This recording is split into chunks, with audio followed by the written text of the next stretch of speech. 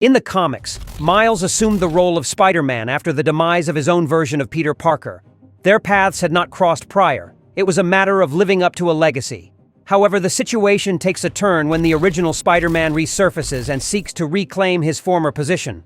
Osborne Industries, once the domain of the Green Goblin, sits abandoned and quiet at night. Yet, a sudden eruption of flames and a familiar figure landing amidst an explosion disrupts the eerie silence. Emerging from the fiery chaos, the Goblin's menacing demeanor recedes as he reverts to his human form, Norman Osborn. Despite the transformation, his eyes continue to emit the same fiery red glow. Venturing into the deserted Osborne Industries, Norman discovers his looted office, with only a few scattered remnants left in the emptied safe. Fixating on a lingering picture of a horse, he removes it to unveil a concealed retina scanner. Activating it, a hidden door creaks open, revealing a trove of supervillain equipment, including familiar mechanical arms, a fully equipped lab, and numerous vials of potent goblin venom. Norman seizes a container of the glowing green fluid, clearing a table cluttered with stacks of money as he prepares to resume his plans. Meanwhile, in Miles's family apartment, a stunned Miles faces the resurrected Peter Parker. They share a moment of silent disbelief, with Peter eventually requesting the return of his web shooters. Processing the shock of encountering a seemingly deceased individual, Miles cautiously verifies Peter's physical presence, unable to fully grasp the reality before him. After a brief pause, Miles finally expresses his astonishment at the return of the original Spider-Man, overwhelmed by the surreal turn of events. Despite Miles's persistent inquiries, Peter remains evasive, focused solely on retrieving his belongings. Unwilling to accept Peter's dismissal, Miles questions whether Peter's family is aware of his return. Peter admits they are not, asserting that it is not Miles's concern, as he never asked Miles to assume the role of Spider-Man. Miles counters, highlighting the public affirmation and memorial for Peter, suggesting the possibility of dimensional crossovers. However, this idea surprises the current version of Parker, who remains unaware of such concepts. Despite attempting to apologize for startling Miles, Peter remains steadfast in his request to reclaim his web shooters. Miles struggles to comprehend Peter's refusal to inform Aunt May of his survival, emphasizing the emotional turmoil it would cause her. Unyielding in his stance, Miles insists that it is essential for Peter to disclose the truth to Aunt May, who had believed her nephew to be deceased. Refusing to divulge further details about his supposed demise, Peter reacts defensively to Miles's inquiries, distancing himself from the responsibility Miles has taken on as Spider-Man. Undeterred by Peter's anger, Miles issues an ultimatum demanding that Peter inform Aunt May of his existence or face the consequences. Tensions escalate between the two Spider-Men as they confront each other. Attempting to defuse the situation, Miles urges Peter to engage in a conversation and avoid any unnecessary conflict. In an attempt to retrieve his web shooter, Peter grabs Miles's hand, prompting a swift defensive response from Miles, who activates his Venom Blast in reflex. The powerful discharge of electrical energy propels Peter backward, causing him to collide with the bed. With his hands raised in a conciliatory gesture, Miles apologizes and attempts to pacify the situation, hoping to restore a sense of calm between them. Consumed by jealousy, Peter resents Miles and his new abilities. Miles suggests their spider bites may have come from different species, explaining their differing powers. However, their conflict escalates, culminating in a physical altercation. Peter's initial strike sends Miles into a nearby chest of drawers, leaving him disoriented. As Miles recovers, he finds that Peter has disappeared through an open window, taking his web shooter with him. Bewildered by Peter Parker's sudden reappearance, Miles contemplates the possibility of a clone. Donning his Spider-Man persona, he confides in his friend Genki, recounting a previous encounter with another Peter Parker clone, Jessica Drew. Genki struggles to grasp the complexity of the situation, but remains supportive of Miles. Acknowledging the plausibility of Peter being yet another clone, Genki and Miles brainstorm potential approaches to this perplexing situation. They contemplate the implications of revealing Peter's return to his loved ones, fearing the emotional turmoil it might cause if he turns out to be a mere replica.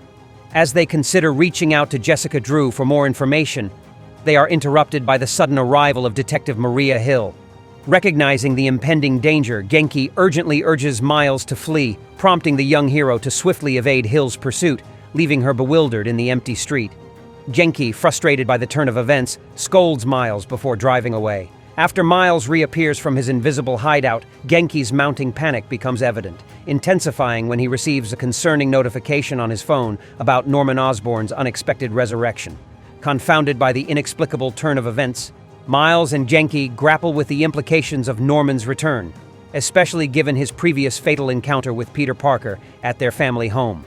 Realizing the potential threat to Aunt May and Peter, Miles swiftly readies himself and departs for the Parker residence to confront the unforeseen danger. Former S.H.I.E.L.D. Director Monica Chang leads a federal raid on Osborne Industries, despite her misgivings about the authorities' handling of the situation.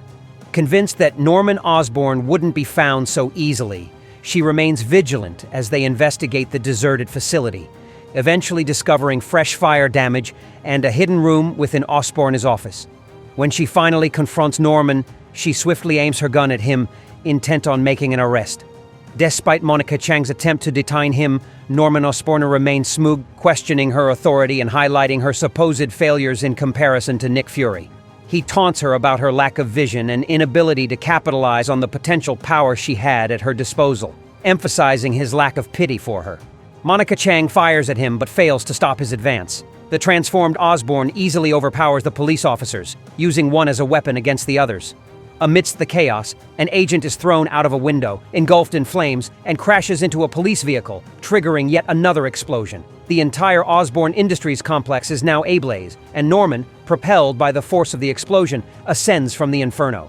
Meanwhile, Miles finally arrives at the Parker house, though his journey has been delayed due to the absence of his web shooters. As he peers through the window, he notices nothing amiss, the interior appearing deserted.